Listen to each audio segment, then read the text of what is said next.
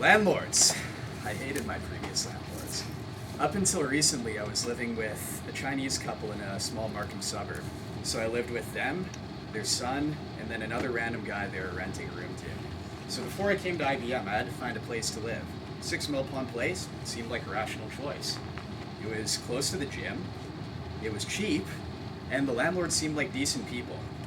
Now you're probably wondering, Dan, if it seems so good at first, why did you write a Toastmasters speech just to roast them?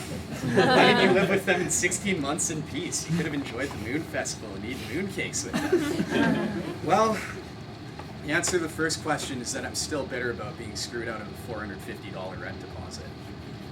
And the second reason is that living at their place was a lot like living in Mao's communist China, except that even Mao wouldn't expect me to pay an extra $100 to have my girlfriend over. I'm not over-exaggerating. These people ran their house like dictators. And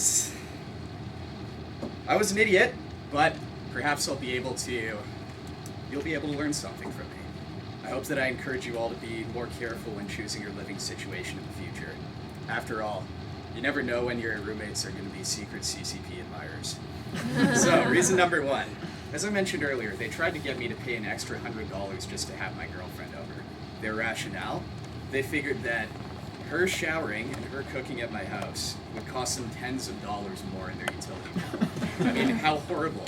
And they tried to sweeten the deal by telling me that, you know what, it's a lot cheaper than getting a hotel. It's pretty reasonable to have us charge you $100 extra. Like, what a crock of shit. In reality, I really think that they just didn't want to listen to me and my girlfriend having sex, which is, pretty reasonable. But if they were upfront about it at first, I wouldn't have been nearly as upset. An extra shower every weekend isn't going to cause you to go bankrupt, and it's disingenuous to pretend that it will. I think they would have been better off trying to find jobs instead of trying to extort a poor college student out of an extra $100 a month. Okay, reason number 2. They sent me dozens of angry emails over the course of the 4 months I lived there. And I'll admit, I wasn't a perfect tenant. We all screw up at times, but for the most part, I thought it was pretty reasonable. And so some of their complaints, they were legitimate, but I'd like to read one for you, and I'll let you guys judge. Okay, this is one of many. Hi, Daniel.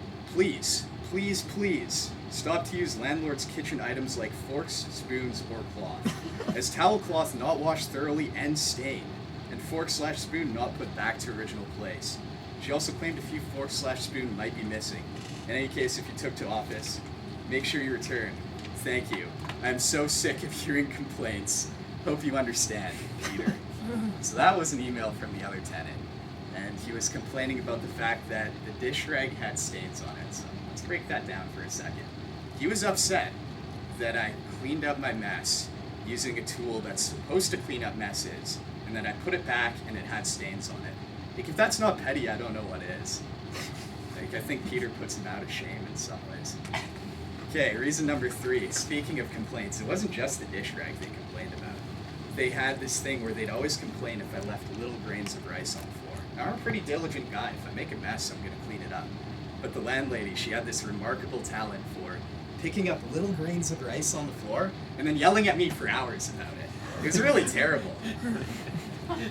And again, like I mentioned, they didn't have jobs, so they had nothing better to do with their time but complain if the house wasn't in pristine condition. And if you're renting out your house to 2 other people, you have a kid, and you live with your husband, I think it's unreasonable to expect that. You're going to have a dirty house, deal with it. Reason number 4. This was the major reason why I moved out of the house. So they would frequently complain. They would blame me for things in their house breaking down, their aging house. So at first, it was the sink. They said, damn, must be that stupid white boy who works at IBM, ruining our house. And, garage door breaks down. Must be because Dan opens it every day to get his bike. It was working fine beforehand. Drywall starts rotting. Oh, you get the picture. And I didn't mind this at first. I could tolerate the other stuff, but as soon as someone tries to screw me out of money, that's where I draw the line. So they accused me of causing the drywall to rot because apparently I'd leave the floor wet after I showered, and they thought that would sink down into the floor and cause the roof to rot. I asked my dad about this because he's a handyman, and I trust this guy to give me no bullshit answers. He'll call me out if I'm doing something stupid. He said that it would take much more water than that to cause an issue like that. Something along the lines of a toilet bowl-sized amount. So I investigate the toilet further, and surprise, surprise, there's a big hole right above the toilet, and the drywall is rotting right where the toilet is. Yet, the landlords refused to accept this as evidence. They continued to believe that I was at fault for it. And afterwards, they asked me for money. Of course, I said no. I wasn't going to give them money and fix it. But they ended up taking my rent deposit from me. So that's why I'm pissed off that they took $450. You know, I think they were just too cheap to fix it themselves and take responsibility. They saw me as an easy source of income, I guess. They wanted me to fund their home improvement projects. Reason number 5. This is the one that struck me the most, and I think it'll speak for itself. They're pretty racist, so before I moved in, you know, they told me they wouldn't rent to a black guy because he smelled bad.